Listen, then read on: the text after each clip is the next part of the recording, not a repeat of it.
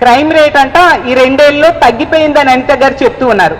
ఆ మాటలు విని ఈ రాష్ట్రంలో ఉన్న మహిళలు, ప్రజలు నవ్వుకుంటూ ఉన్నారు.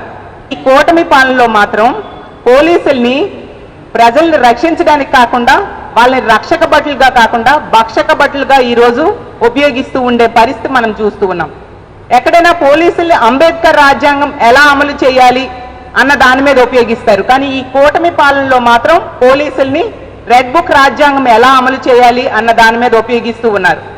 ఎందుకంటే మొన్ననే చూసాం, చింతమనేని ప్రభాకర్ అనే వ్యక్తి పోలీసుల్ని పక్కన పెట్టుకొని ప్రొక్లైన్ తెచ్చి ఒక న్యాయవాది కుటుంబాన్ని హత్య చేయడానికి ప్రయత్నించిన పరిస్థితి.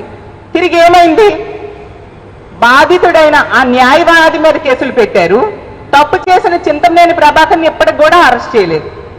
అలాగే మొన్ననే చూసాం, అంబటి రాంబాబు గారి ఇంటి మీద గల్లా మాధవి అనే ఎమ్మెల్యే ఆమె భర్త దాడి చేస్తే, పోలీసులు పక్కన పెట్టుకొని దాడి చేస్తే తిరిగి అంబటి రాంబాబు గారి మీద కేసులు పెట్టారు తప్ప ఆవిడని ఎంతవరకు, ఆవిడ్ని కానీ ఆవిడ భర్తను కానీ ఆ దాడి చేసిన తెలుగుదేశం పార్టీ కార్యకర్తలను కానీ ఇంతవరకు అరెస్ట్ చేయని పరిస్థితి మనం చూసాం.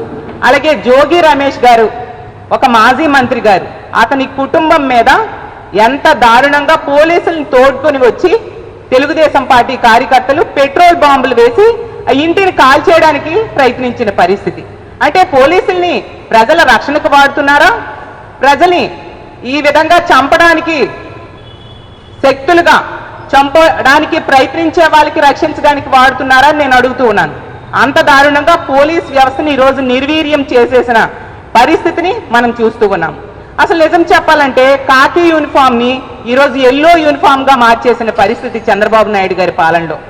ఐపీఎస్ అంటే జనరల్ గా ఇండియన్ పోలీస్ సర్వీస్ అంటాం, కానీ ఈ కూటమి పాలనలో ఐపీఎస్ అంటే ఇండియన్ పొలిటికల్ పనిష్మెంట్ సర్వీస్ గా మార్చేశారు.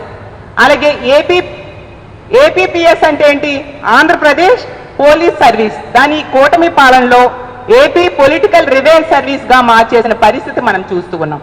జనరల్ గా బిఎన్ఎస్ చట్టాలు దేశమంతా ప్రజల కోసం వాడుతారు, కానీ ఈ కూటమి పాలనలో బిఎన్ఎస్ చట్టాలని ప్రజల కోసం వాడకుండా ఆ చట్టాల అమలులో నిర్వీర్యం చేసి ఆ చట్టాలని అమలులో విఫలమైన పరిస్థితిని కూడా మనం చూస్తూ ఉన్నాం.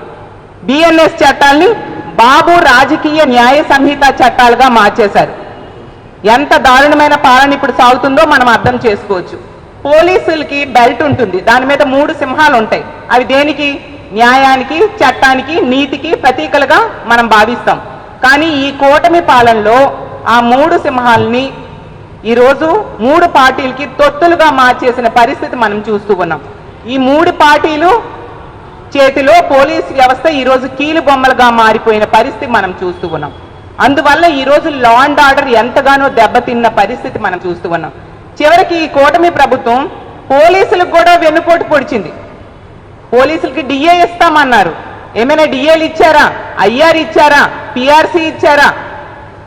అలాగే వర్క్ ఫ్రమ్ హోమ్ ఇస్తామని చెప్పారు చంద్రబాబు నాయుడు గారు. మరి పోలీసులకి ఇచ్చారా వర్క్ ఫ్రమ్ హోమ్?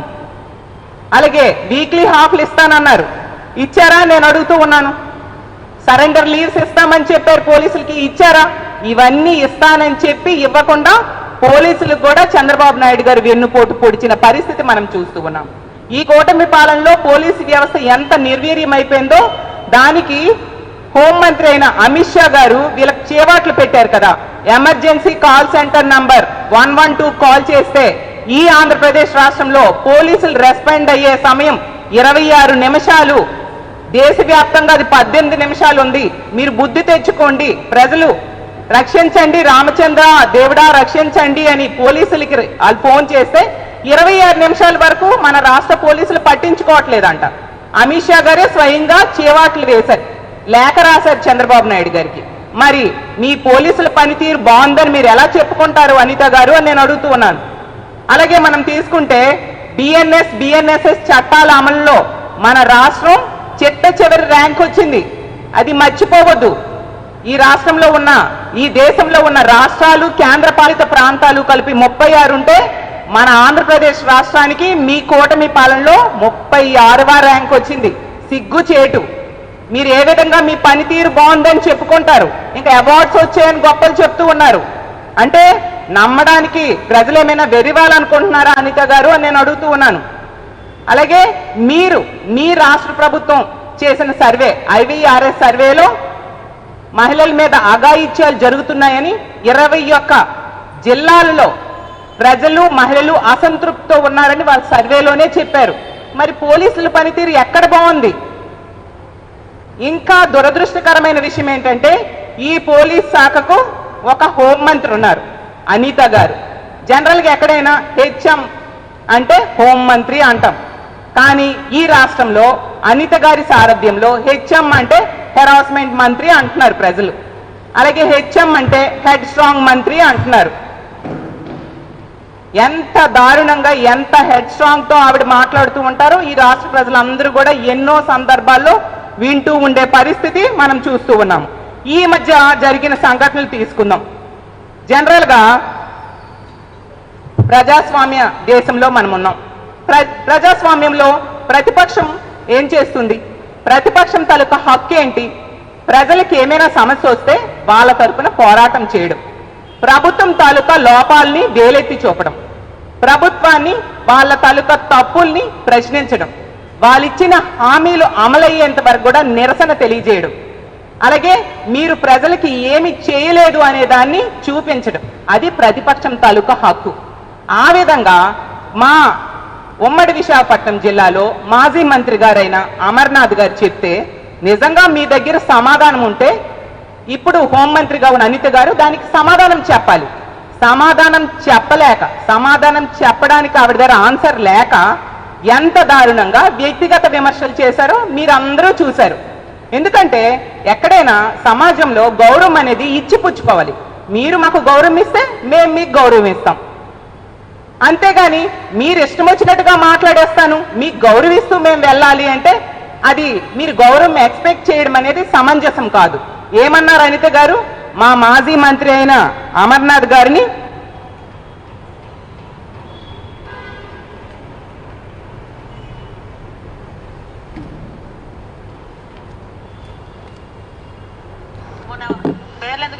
మాట్లాడుతున్నా ఏంటి పాకిరావుపేట అనిత వాళ్ళ ఇంటికి వెళ్తే హోంమంత్రి ఇంటికి వెళ్తే ఏంటి 15 లక్షల ఉద్యోగాలు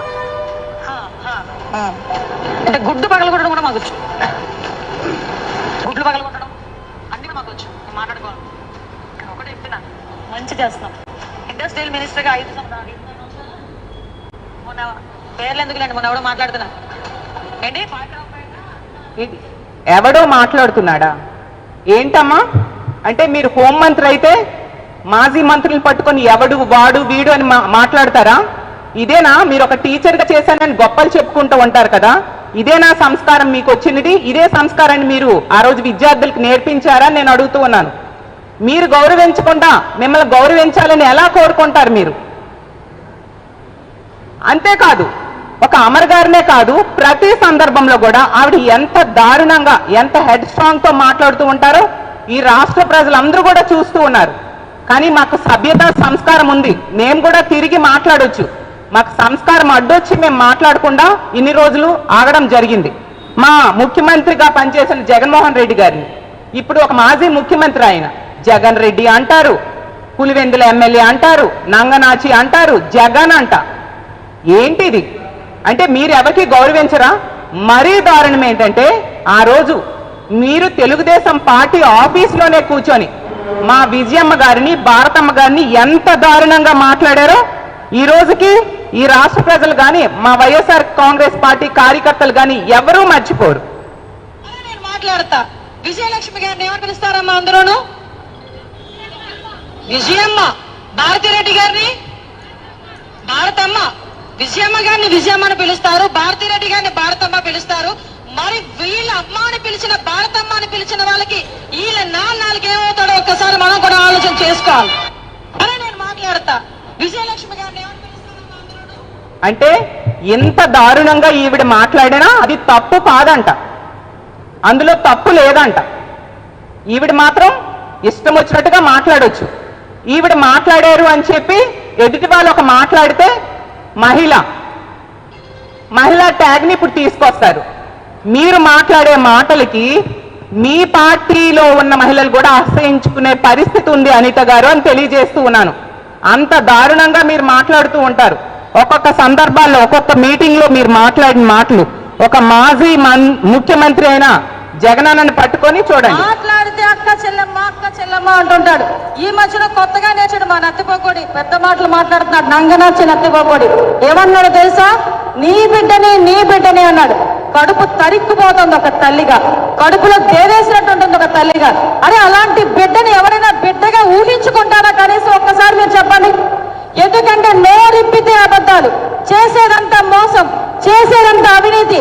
16 నెలల కాలం చిప్పకూడు తిని సుమారుగా 45,000 కోట్లు దొబ్బేసి ఈ రోజు బయటకు వచ్చి మాట తప్పి మడమ తిప్పి అధికారం గురించి కోడికత్తితో పొడిపించుకోవడమే కాకుండా అధికార కాంక్షతో సొంత బాబాయినే చంపించిన ఇలాంటి వాడిని ఎవడైనా పెద్దగిత కావాలనుకుంటాడా? మీరు అనుకుంటారు ఎవరైనా? ఒక్కసారి మీ అందరూ చెప్పండి, ఎవరైనా అనుకుంటాడా? ఇతగాడు ఎంత మోసం చేస్తున్నాడంటే నాకు ఒక్క 2 నిమిషాలు ఏమైనా జరిగింది. మరి పక్క నియోజకవర్గమే కదా, మీరు వెళ్ళి ఆ కుటుంబానికి ధైర్యం చెప్పొద్దా? ఆ పాపను వెతకడానికి మీరు ఏం చర్యలు తీసుకున్నారు? అది మానేసి మా మాజీ మంత్రులను మాజీ ముఖ్యమంత్రులను తిట్టడమా మీ పని? ఎందుకు మీ పక్కనున్న యలమంచిలి కాన్స్టిట్యున్సీలో ఆ రోజు రాంబెల్లి మండలంలో ఒక అమ్మాయి మైనర్ బాలిక 9వ తరగతి చదువుతున్న బాలికని ఒక అబ్బాయి గొంతు కోసి చంపేశాడు. అని పోలీస్ కంప్లైంట్ ఇచ్చినా పోలీసులు రెస్పాండ్ కాకపోవడం వల్ల ధైర్యంతో ఆ వ్యక్తి ఆ విధంగా ఇంటికి వెళ్ళి మరీ హత్య చేశాడు. కనీసం ఆ కుటుంబానికి ధైర్యం చెప్పారా? ఎటువంటి ఆర్థిక భరోసా ప్రభుత్వం నుంచి ఇప్పించారా? ఎందుకు మీ కాన్స్టిట్యున్సీలో ఎంతమంది మహిళల మీద దాడులు జరిగాయి? మీరు ఏమైనా చర్యలు తీసుకున్నారా దాడి చేసిన వాళ్ళ మీద? నేను అడుగుతూ ఉన్నాను. అలాగే మీ పోలీస్ వ్యవస్థ ఒక వ్యక్తిని అరెస్ట్ చేస్తే లాకప్ డెత్ జరిగింది. ఏం చర్యలు తీసుకున్నారు? ఆ సిఐ మీద, అరెస్ట్ చేసిన సిఐ మీద, లాకప్ డెత్ చేసిన పోలీసుల మీద. ఆ తల్లి హెబియస్ కార్పస్ పిటిషన్ వేసింది. ఆ మనిషిని ఈ రోజు కూడా ప్రొడ్యూస్ చేయని పరిస్థితి. ఇంత దారుణంగా లా అండ్ ఆర్డర్ ఈ రాష్ట్రంలో ఉంది మీ పాలనలో. సిగ్గు తెచ్చుకోవాలి. మీకెందుకు హోంమంత్రి పదవి? అలాగే ఆమెకి సపోర్ట్ గా ఎంత దారుణం అంటే నిన్ననే చూసాం, వాళ్ళ అధ్యక్షులైన పల్లా శ్రీనివాస్ గారు అవ్వచ్చు, లేదంటే ఆవిడెవరు ఎంపీ అయిన బైరెడ్డి శబరి గారు అవ్వచ్చు, అలాగే మాజీ మంత్రి అయిన పీతల సుజాత గారు, వాళ్ళ మహిళలు టీడీపీ మహిళలు మాట్లాడుతూ ఉన్నారు. మీ అందరికీ ఒకటే నేను ప్రశ్నిస్తూ ఉన్నాను.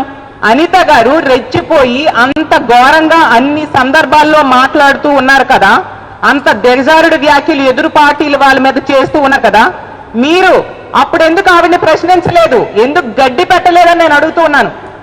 అప్పుడు క్షమించమని మీరు ఎందుకు ఆమెను అడగలేదు? తప్పు అనిత గారు. ఆ రోజుల్లో అప్పుడు ముఖ్యమంత్రి జగనన్న, ముఖ్యమంత్రి తల్లిని భార్యని అంత నీచంగా మాట్లాడారు కదా, క్షమాపణలు చెప్పండి అని మీరు ఎందుకు అడగలేదు? ఇప్పుడు ఏ మొహం పెట్టుకొని అడుగుతూ ఉన్నారు? మీరు తప్పు చేసి మా పార్టీ మీద మళ్ళీ ఏదో మహిళలకు గౌరవం లేదు అన్నట్టుగా మాట్లాడడానికి ప్రయత్నిస్తూ ఉండడం ఎంతవరకు సమంజసం? ప్రజలు గమనించాలనుకుంటున్నారా అని మిమ్మల్ని అడుగుతూ ఉన్నాను. అలాగే తీసుకుంటే ఆ రోజు బండారు సత్యనారాయణ మూర్తి గారు ఎంత దారుణంగా మాట్లాడారు, వినిపిస్తాను అది కూడా.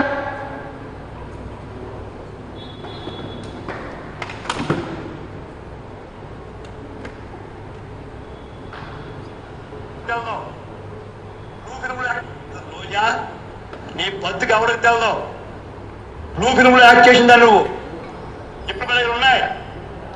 ఈ బతుకు బయలు పెట్టకూడదని ఈ బ్లూ ఫిల్మ్ మా దగ్గర ఉన్నా ఎప్పుడు మీరు రిలీజ్ చేయలేదు. అడుగుతున్నాను.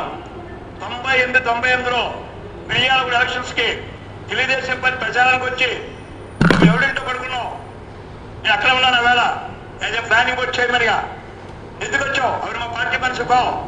అప్పుడు యాక్టర్ ఎవరితో వచ్చావు చెప్పంటావా? నువ్వు ఏ గెస్ట్ హౌస్ ఉన్నావా రోజా? ఇంత దారుణంగా రోజా గారి కోసం బండారు సత్యనారాయణ మూర్తి గారు మాట్లాడినప్పుడు మీరెందుకు స్పందించలేదు అని నేను అడుగుతూ ఉన్నాను. క్షమాపణ చెప్పాలని అతనికి చెప్పాల్సిన బాధ్యత లేదా? ఇంకా పవన్ కళ్యాణ్ గారు ట్వీట్ చేస్తూ ఉన్నారు. Pawan Kalyan Please subscribe .news.